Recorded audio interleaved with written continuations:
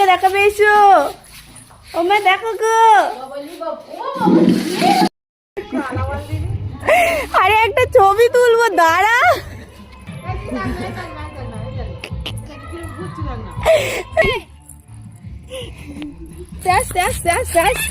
দাদা, অনেক দিন পর আবার একটা যুদ্ধে নাম লিখিয়েছি। সেই যুদ্ধটা হচ্ছে ম্যাডামকে একটুখানি সাজুগুজু করাবো। তো আজকে শাড়ি পরাবো।